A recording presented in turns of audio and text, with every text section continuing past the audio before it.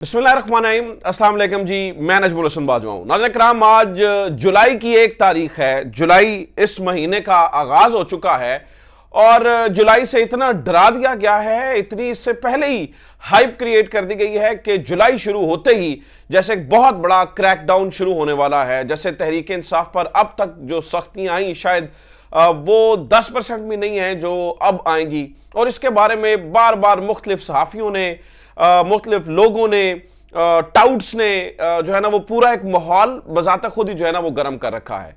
आज भी जो है ना वो एक इस्लामाबाद के एक टाउट सहाफ़ी हैं, नाम नहीं लूँगा, आप सबको अंदाज़ा है उनका। वैसे ही उसने ये कहा है कि अगले हफ्ते से एक जो है ना वो मज़ीद सख्ती आएगी, मज़ीद चीज़ें होंगी, जबकि जो रावी है वो चैन ही चैन लिखेगा। यानी कि वो जिस महीने से डराया जा रहा है या जिस महीने का कहा जा रहा है कि इस महीने में, और मैंने आपको बताया था कि तख्त मिलेगा इमरान खान को या तख्ता मिलेगा इमरान खान को, किस्मत का फैसला इसी महीने में हो जाना है।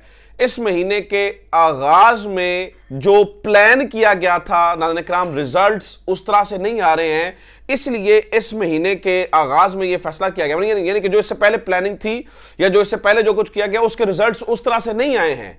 लेकिन अब इस महीने की प्लानिंग ये है कि अब जो है वो मुकम्मल जो है ना वो पूरी की पूरी जोर से तहरीक इंसाफ को ये सबक सिखाना है कि वो इमरान खान, या तो माइनस इमरान खान तहरीक इंसाफ होगी या तहरीक इंसाफ ही नहीं होगी। ये तो है टाउट साफ़ी के मुताबिक प्लानिंग। और देखें, आप टाउट साफ़ी से आप इख्तलाफ कर सकते हैं, मैं उसकी कुछ ज़्यादा इज़्ज़त भी नहीं करता हूँ, मैं इख्तलाफ भी करता हूँ उससे, लेकिन वो वेल कनेक्टेड है और ख़बर जो है वो उसकी इन्फॉर्मेशन ही समझ के जो है ना वो आप आगे रखा करें, क्योंकि उसकी खबरें इन्फॉर्मेशन ही होती है, क्योंकि वो बहुत वेल कनेक्टेड आजकल जो है ना वो जहाँ होना चाहिए, तो इसमें कोई शक नहीं है। तो हमें यह समझ आती है कि एक तरफ प्लान तो ये चल रहा है, दूसरी तरफ एक एक्शन अवाम ले रहे हैं।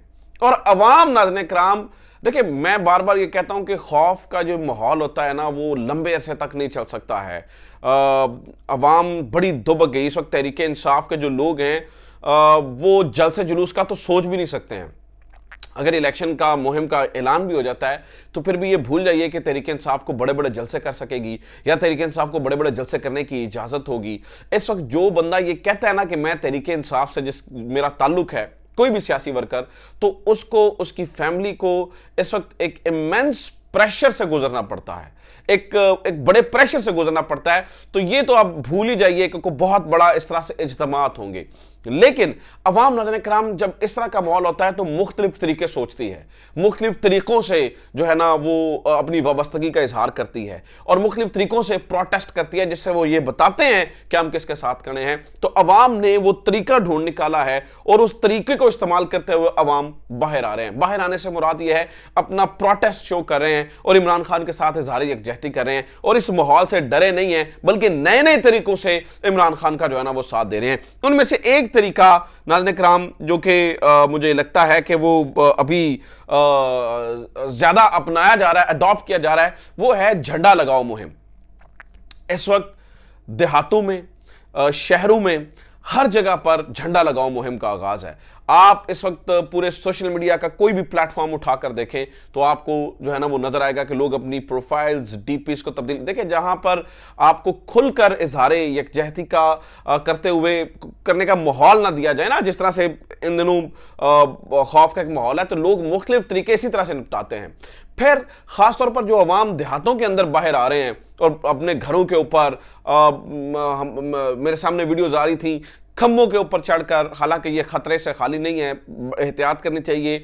आप अपने घरों के ऊपर जिस तरह से वो जो है ना वो लगा रहे हैं, लोग झंडा लगाओ मुहिम के जरिए जिस तरह से निकल रहे हैं, ये अनप्रेसिडेंटेड है। यानी कि मैं ये सोच रहा था, मुझे ये लगता था कि जितना एक प्रेशर आ गया तहरीक इंसाफ के ऊपर, जहां पे लोग जो है ना वो अनाउंस करते हुए ये डर रहे हैं कि हमारा ताल्लुक इस जमात से है, हमें कहीं जो है ना वो हमारे साथ सख्ती ना आए, ऐसे माहौल के अंदर लोगों का बाहर आना और आकर अपनी इस अमल का इजहार करना, ये बताता है कि नाज़रीन किराम वो जो प्लान जो किया गया था वो कामयाब नहीं हुआ, और मजीद सख्ती भी जो है वो शायद तहरीक इंसाफ के लोगों का हौसला ना तोड़ सके, शायद तहरीक इंसाफ को ना तोड़ सके।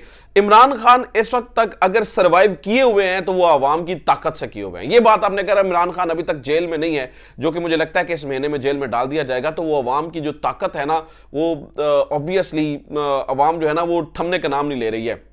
देखिए अब तक प्लान के मुताबिक यानी कि जितनी चीजें हुई तो ये है कि इमरान खान का वोट बैंक खत्म हो जाना चाहिए था, लेकिन इमरान खान का वोट बैंक नहीं खत्म हो रहा। ये असल प्रॉब्लम है, और ये अब बढ़ता ही चला जा रहा है। ये असल प्रॉब्लम है। तो इमरान खान का या तो वोट बैंक खत्म करना है, अगर तो इमरान खान का वोट बैंक खत्म हो जाए तो फिर शायद इमरान खान को जेल में डालने की भी जरूरत ना पेश आए, या फिर इमरान खान के साथ जो आगे को जो कुछ होने जा रहा है वो करने की भी जरूरत ना आए। हामिद मीर ऑलरेडी ये कह चुके हैं कि ईद के बाद वो होगा जो इससे पहले कभी नहीं हुआ है। मतलब उन्होंने तो ये तक कह दिया ना कि वो आपको ज़ियाउल हक का माशाल्लाह आप भूल जाएंगे। तो इस महीने में इस कदर जो है ना वो एक परेशानी आने वाली है। लेकिन इससे पहले मैं ये देख रहा हूं कि लोग जिस तरह से इजहार कर रहे हैं और बाहर निकलकर ये झंडे लगा रहे हैं और ये झंडा लगाओ मुहिम या इस तरह के किसी भी इजहार कर रहे हैं, तो मुझे लगता है कि शायद ये जुलाई का महीना भी जो मेरी सोच है, जो मुझे मेरा एनालिसिस आप इसे कह सकते हैं, इंफॉर्मेशन बेस्ड एनालिसिस, मुझे ये लगता है कि शायद अवाम के ऊपर ये जुलाई का महीना भी इमरान खान तो शायद जेल में चले जाएं, हो सकता है इमरान खान का जेल जाने का माहौल उनका बन जाए, या हो सकता है इमरान खान की नाअहली की तरफ चीज़ें चल पड़ें, बट ये जुलाई का महीना भी जो है ना वो इमरान खान का वोट बैंक नहीं तोड़ पाएगा। ये इस वक्त जो है ना वो मैं बिल्कुल जो है ना वो संजीदगी से कह सकता हूँ, क्योंकि वोट बैंक जब नहीं टूटता तो फिर जो सियासी लीडर होते हैं ना उनको फिर बड़ा नुकसान नहीं होता, असल ताकत वोट बैंक की होती है। खैर एक तरफ तो माहौल ये है,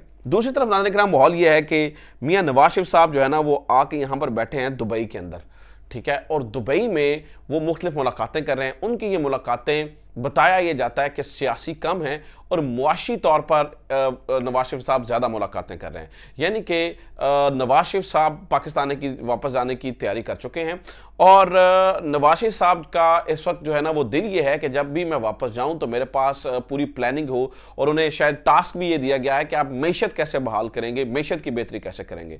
तो इन दिनों दुबई के अंदर जो नवाज शरीफ साहब की मुलाकातें चल रही हैं वो जहन में रखिएगा, वो कोई सियासी रिवाइवल के लिए नहीं चल रही हैं, बल्कि वो मैशत के लिए सोच रहे हैं, और इधर उधर से जो है ना वो मैशत के लिए बात करें। अब यहां पर प्रॉब्लम क्या है? प्रॉब्लम यह है कि नवाज शरीफ साहब को अगेन यहां पर शट ऑफ कॉल मिली है। वो किस तरह से मिली है? वो कहते हैं जनाब के दोस्त मुल्क भी इस बारे में इंटरेस्टेड हैं कि जनाब पाकिस्तान की मैशत जो है वो बहाल होनी चाहिए, पाकिस्तान की मैशत जो है ना वो ठीक होनी चाहिए। लेकिन नवाज शरीफ साहब को किस तरह से शट ऑफ कॉल मिली है, जिसके बारे में हम बार बार आपको आगाह कर रहे थे कि देखिए जब आप अपने हाँ माहौल ऐसा नहीं बनाते तो लोग भी आपको ऐसा कहते हैं। जंग की कई आज जो है ना वो खबर है, और वो जंग लिखता है कि मुद्दत पूरी होने पर नहीं, नवाज शरीफ साहब के बारे में उनकी खबर थी कि जो है ना वो वहाँ पर मुलाकातें कर रहे हैं और मुआशी इस्तेहकाम। उसकी आखिरी लाइन, वो मेरे ख्याल से हेडलाइन तो मेरा, हाँ ये देखें, नवाज शरीफ के दुबई में क़याम की मुद्दत में इजाफे का इम्कान, और इसकी आखिरी लाइंस जो है ना वो ये कहते हैं कि सफारती ज़राए के मुताबिक दोस्त ममालिक भी, ज़राए का कहना है कि मियां नवाज शरीफ ने दुबई में अपना क़याम मज़ीद एक हफ़्ता बढ़ा दिया है, जबकि सफारती ज़राए के मुताबिक दोस्त ममालिक और सरमायाकार पाकिस्तान में सियासी इस्तेहकाम के ख्वाहिशमंद हैं। दोस्त ममालिक भी ये कह रहे हैं और सरमायाकार भी नवाज शरीफ साहब को उनको चिट्टा जवाब है, वो ये कहते हैं कि जनाब आप पहले अपने मुल्क में सियासी इस्तेहकाम लेकर आइए। सियासी इस्तेहकाम का मतलब है आप फ्री एंड फेयर इलेक्शंस करवाइए। अब ये सियासी इस्तेहकाम को ये समझ रहे हैं कि अपनी मन मर्जी की कोई कठपुतली सी हुकूमत बन जाए, और वो कठपुतली सी हुकूमत जो है ना वो आकर जो है ना वो एक खाना पूरी कर दे तो दुनिया इसे सियासी इस्तेहकाम मान लेगी। नहीं जनाब, दुनिया इसे सियासी इस्तेहकाम नहीं मानेगी। सियासी इस्तेहकाम से मुराद होता है अनरेस्ट ना हो। आप जब तकरीबन 70% आवाम की राय के खिलाफ एक जो है ना वो गवर्नमेंट बना देंगे तो मुल्क के अंदर कभी भी सियासी इस्तेहकाम नहीं आएगा। आप जोर ज़बरदस्ती से डरा धमका के लोग बैठ तो जाएंगे, वक्ती तौर पर हो सकता है वो गर्द बैठ जाए, लेकिन देखें सियासी इस्तेहकाम नहीं आ सकता है। लोग जो हैं वो इस तरह से नहीं बैठा करते हैं, और वो साल चल जाएगी गवर्नमेंट, जो नई गवर्नमेंट इस तरह से बनेगी 6 महीने साल चल जाएगी, चले 2 साल चल जाएगी, जो ही मामला थोड़ा सा ठंडा होगा, जो ही जो है ना वो चीज़ें इनके हाथों से निकलेंगी, अवाम का जो वो गुस्सा है वो बढ़ता चला जाएगा, उससे मजीद पॉलिटिकल अनरेस्ट होगा। जो चीज़ मुझे आपको और आम आवाम को समझ आ रही है, क्या वो चीज़ सरमायादारों को और दूसरे मुल्कों को समझ नहीं आ रही होती है? उन्हें पता होता है जब वो सियासी इस्तेहकाम की बात करते हैं तो वो अपने सरमाए को महफूज करना चाहते हैं। मतलब सरमायादार का जो मेन मसला होता है सरमायाकार का, वो ये होता है कि मैं जहाँ पर सरमाया लगाऊं वहाँ मेरा सरमाया महफूज रहे।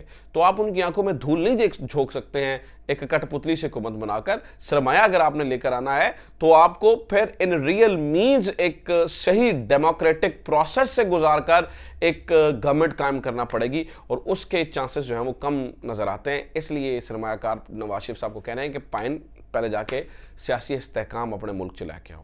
तो ये इस वक्त की सिचुएशन है। उम्मीद करता हूँ ये वीडियो आपके लिए इन्फॉर्मेटिव रही होगी। अपना ख्याल रखिए। खुदा हाफिज़। पाकिस्तान जिंदाबाद।